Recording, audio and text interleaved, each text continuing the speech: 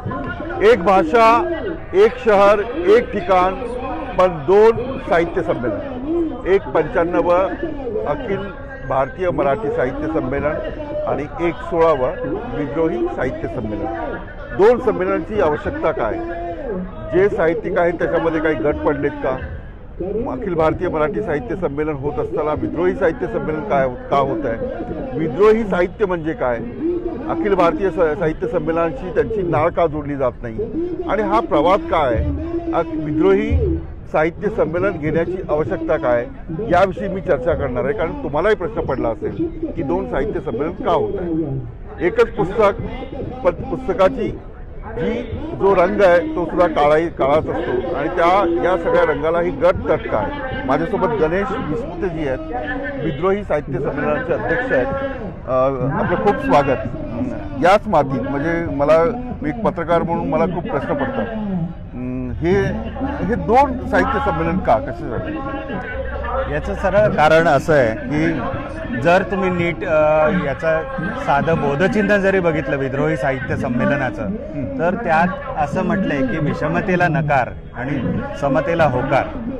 आणि ज्या तीन गोष्टींच्यासाठी ज्या मूल्यांवर ही विद्रोही सांस्कृतिक चळवळ सुरू झाली आहे ती म्हणजे पुरुषसत्ताकवाद, त्यानंतर वर्चस्ववाद आणि भांडवलशाही याच्या विरोधात ही विद्रोही सांस्कृतिक चळवळ सुरू झाली आहे. आणि ज्योतिबा फुलेंनी ज्या मुद्द्यांवर ग्रंथकार संमेलनाला ज्या पद्धतीने नकार दिला होता आणि पत्र पाठवून जे मुद्दे मांडले होते की तुमच्या संमेलनांमध्ये आमचं काही हित सापडत नाही, असं फुलेंनी सांगितलं होतं. आणि इतक्या वर्षांनंतर सुद्धा काळ उलटून गेला तरी कारणं तीच मौजूद आहेत असं दिसतं. वर्चस्ववादाला आत्ता विरोध करायलाच पाहिजे. ज्या प्रकारच्या शक्ती आणि वर्चस्ववादी गट, ज्याला अभिजन आणि अभिजनेतर किंवा ब्राह्मण आणि ब्राह्मणेतर असं फुल्यांनी वापरलं होतं, आता पेचाचा मुद्दा असा झालाय आणि गुंतागुंतीचा सुद्धा असा झालाय की आता ब्राह्मणेतरांमधले सुद्धा बरेच लोक वर अभिजनांमध्ये पोचलेले आहेत आणि ते त्यांचीच बाजू आणि त्यांचीच मूल्य आणि मूल्य व्यवस्था आणि त्यांचेच विचार राबवताना आपल्याला दिसत आहेत. आणि हे एकूण आपल्या सध्याच्या वातावरणाला लोकशाहीच्या मूल्यांसाठी सुद्धा समतेच्या मूलतत्वालाच विरोध करणारा आहे असं दिसतं. आणि हे संमेलन, आजचं जे विद्रोही साहित्य संमेलन आहे, हे काही पहिलं नाही आहे. हे 16वं आहे. पण मला प्रश्न पडला की अखिल भारतीय मराठी साहित्य संमेलनात जे साहित्य असतं ते बहुजनवादी नसतं, संपूर्ण समाजाचं चित्रण करणारं नसतं. नुसता बहुजनवादी साहित्याचा मुद्दा नाही आहे. कारण याच्यात तुम्हाला उदाहरणादाखल काही गोष्टी करता येतात.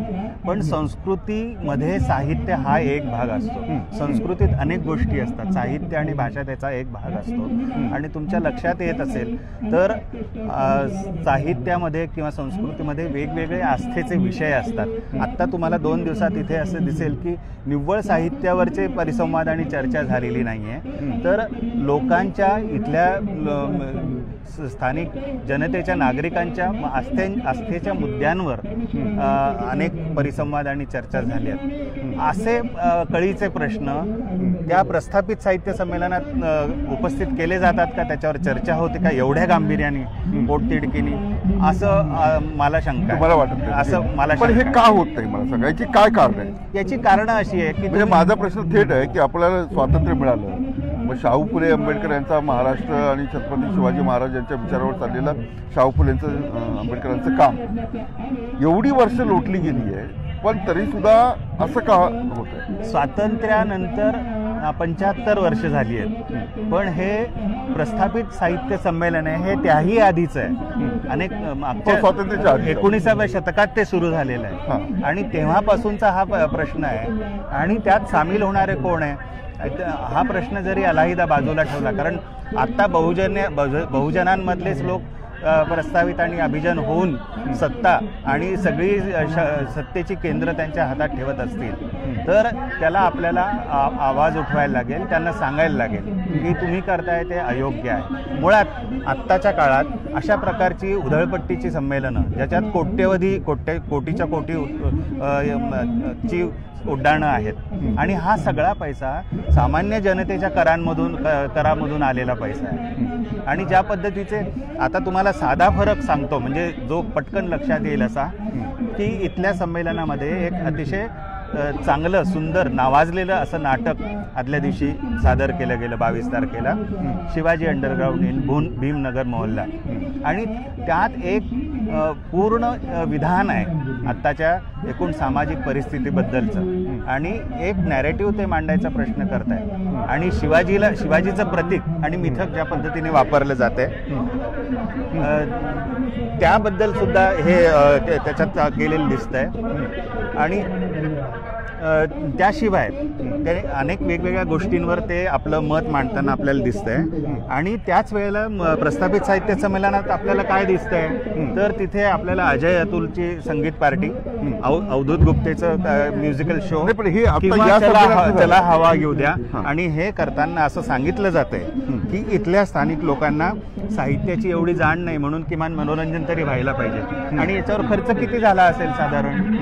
याच्यावर खर्च तुम्हाला माहितीच आहे की या पद्धतीचे सेलिब्रिटी आणि पॉप्युलर मीडियामधले लोक ज्या पद्धतीचे तुम्हाला मानधनाची अपेक्षा करतात आणि त्यांच्यावरचा खर्च होतो त्याच्या एकाच कार्यक्रमाच्या ज्या खर्चामध्ये हे अख्खं संमेलन झालं. तर हा मोठा फरक आहे. सरकारने तुम्हाला मदत केली पाहिजे असं आम्हाला आमचं पूर्ण साहित्य संमेलन हे 1 रुपया आणि 1 मूठ धान्य अशा या लोकसहभागातून झालेलं आहे.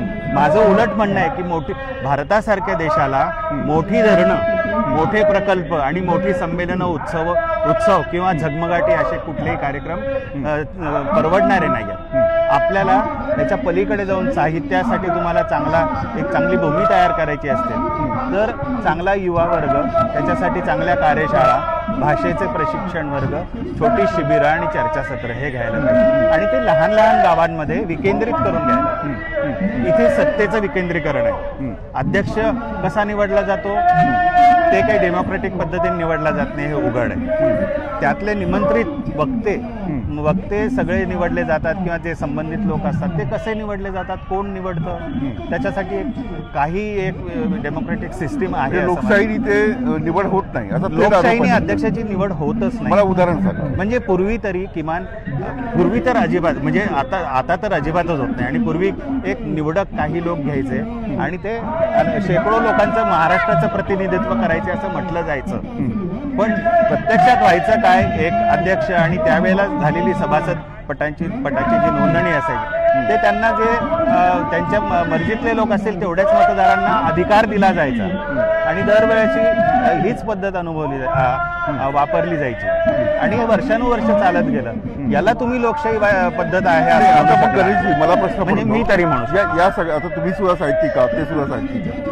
मला सांगा की या प्रक्रियेमध्ये तुम्ही कधी त्यांना अप्रोच केलाय किंवा तुम्ही गेलात आणि तुम्हाला डावललं आणि म्हणून विद्रोही साहित्य? मी आयुष्यात कधी कुठल्याही संमेलनाला गेलेलो नाही. डावलण्याचा तर प्रश्न सोडा. मी तुमचं नाही, विद्रोही साहित्य संमेलन यासाठी की आमची भूमिका, आमची बाजू किंवा आमचे विचार त्या साहित्य संमेलनात मांडले जात नाही असं तुमचं मत? उलट माझं असं म्हणणं होतं की मी आत्ताच्या संमेलनात सामील झालो आणि पूर्वी काही बघितलेली आहे. पण आधीच्या अनेक लोकांनी हे सुद्धा त्यांनी प्रस्ताव ठेवलेला आहे की तुमचा एवढा मोठा कारभार असतो, त्यातला 1/4 भाग आम्हाला द्या, समोरासमोर वादविवाद करा आणि मग अनेक गोष्टींवर चर्चा होऊ शकेल. भारतीय जुनी जी परंपरा आहे वादविवादाची ती अशी होती की तुमच्या विरुद्ध मला जर मत मांडायचं असेल तर तुमचं मत मला आधी पूर्ण सांगायला लागायचं, त्याला मंडन असं म्हणायचं. त्याचं मी खंडन करायचं आणि दोघांमध्ये जो वादविवाद होईल, वितंडा होईल, त्याच्यानंतर आपलं एक सहमती व्हायची. तर आपल्याकडे अशी पद्धत नाही आहे. असं प्रत्यक्ष काही मान्य होत नाही आणि अँटोगोनाइज करण्यात पॉईंट नसतो अनेकदा निव्वळ. माझं असंही म्हणणं नाही की यातले सगळेच वाईट लोक होते. याच्यातले कितीतरी लोक अध्यक्षांबद्दल मला आदर आहे, सध्याच्या अध्यक्षांबद्दल सुद्धा आदर आहे. प्रश्न मूल्यात्मक तुमच्या मतभेदांचा आहे आणि त्यामुळेच हा एकूण विरोध. तिथे जे प्रस्ताव येतात, ती चर्चा जी होते, असं मान्य झालेलं नाहीये आतापर्यंत आणि हे व्यवहार्य मानले जात नाहीये.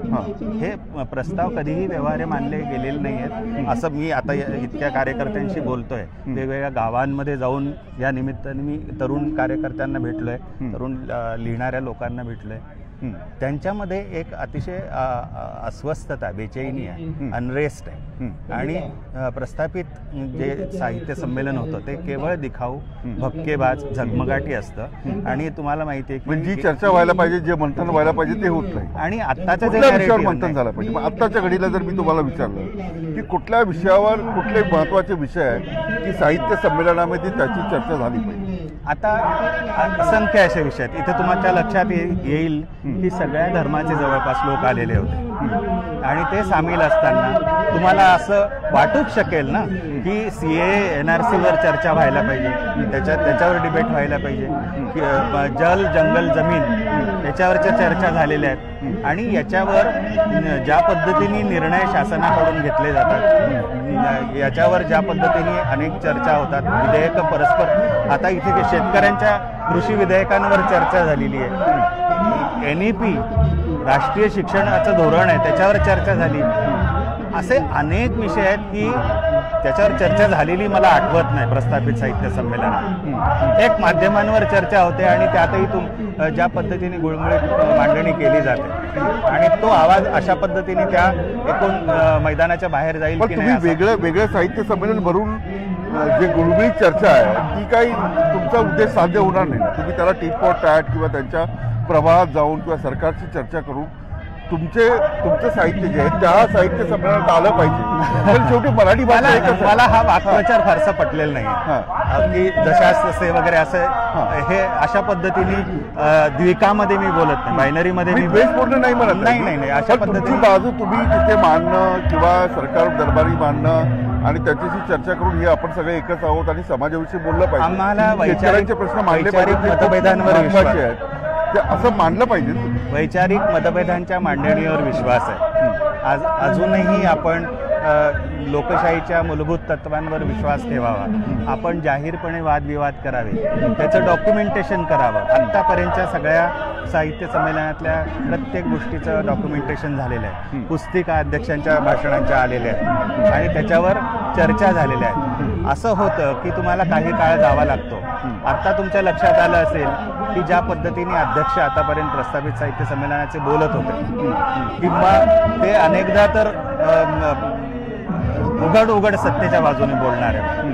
आता कालच्या संमेलनातला सूर जर तुमच्या लक्षात आला असेल तर तुमच्या हे लक्षात येईल की हे विद्रोही चळवळीचं यश पण आहे, विद्रोही साहित्य संमेलनाचं यश आहे. कारण आमची भाषणं, आमच्या मुलाखती, अनेक गोष्टी आधीच आम्ही जाहीर केलेल्या आहेत, आमच्या भूमिकासुद्धा माहिती आहे. त्यामुळे हा बदल जर हळूहळू होत असेल तर हे सुद्धा विद्रोही साहित्य संमेलनाचं यशच आहे असं म्हणायला लागेल. आणखी एक महत्त्वाचा प्रश्न, हे 16वं विद्रोही साहित्य संमेलन जसं म्हटलं की आपण ते खूप भव्य दिव्य असतं, तर हे विद्रोही साहित्य संमेलन आणखी मोठं व्हावं, म्हणजे मोठं भव्यतेने होऊ नये पण ते लोकांची उपस्थिती, तरुणांची उपस्थिती आणि हा विचार जो आहे, विद्रोही विचार जो आहे, तो तुकारामाचा विचार असेल, आंबेडकरांचा विचार असेल, फुल्यांचा विचार असेल, जे त्यावेळेला त्यांनी म्हटलं होतं की आमचं काही चित्र दिसतच नाही आहे साहित्यामध्ये, तर हे करण्यासाठी काय करावं लागेल?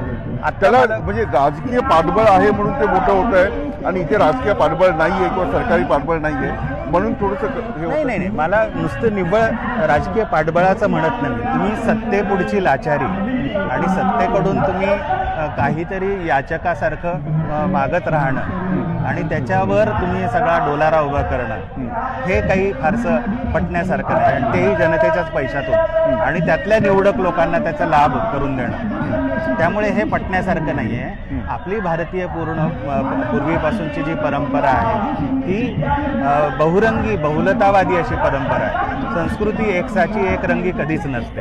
त्यामुळे सगळ्या प्रवाहांना सामील करून घेतलं पाहिजे आणि साहित्य त्यातला एक छोटासा भाग असतो. आमचं अजिबात म्हणणं नाही आहे की मोठे कार्यक्रम घ्यावेत, खूप लोकांकडून पैसा मिळावा, अजिबात नाही. जे काही होईल उभं ते लोकांच्या सहभागातूनच व्हायला पाहिजे. आत्ता मी पहिल्यांदा मला कळलं, कारण विशिष्ट ठिकाणी मी गेलेलो सुद्धा होतो या साहित्य संमेलनाला आणि पूर्वाध्यक्षांपैकी बरेच लोक माझ्या जयंत पवारांसारखे माझे अगदी जवळचे मित्र होते.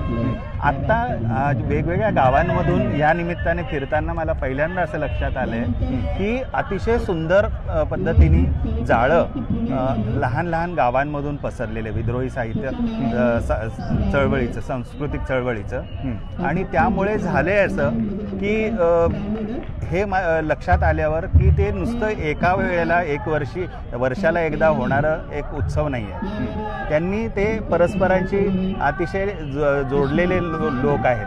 ते वेगवेगळे उपक्रम त्यांच्या पातळीवर चालू ठेवणारे आहेत. छोटे छोटे कार्यक्रम दरवेळेला तिथे होत आहेत. पुस्तिका छापल्या, प्रचंड मोठ्या प्रमाणात साहित्य छापलं जाते छोट्या छोट्या प्रमाणात. ते मुख्यधारा अशी नसतेच मुळात, पण जे आपल्याला प्रत्यक्ष दृश्य स्वरूपात दिसत नाही, पण हे मोठ्या प्रमाणावर होत आहे. मोठ्या प्रमाणात आणि गावागावामध्ये लोकशाहीची मूल्य मानणारा आणि एकूणच ह्या बाजूने असणारा एक मोठा वर्ग जो 67% असतो तोही आपल्याला दिसत नाही. मी तुमची वैयक्तिक मतं मी जाणून घेतो. आता जे अजान विरुद्ध हनुमान चालीसा याविषयीचा ही चर्चा जी आहे ती अखिल भारतीय मराठी साहित्य संमेलनात व्हायला पाहिजे असं वाटतं तुम्हाला?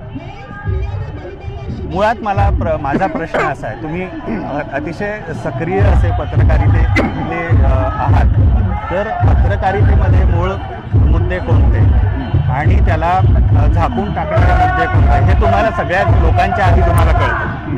आत्ताचे मुद्दे कोणते होते सध्याच्या काळातले, महाराष्ट्रातले असतील, देशातले असतील.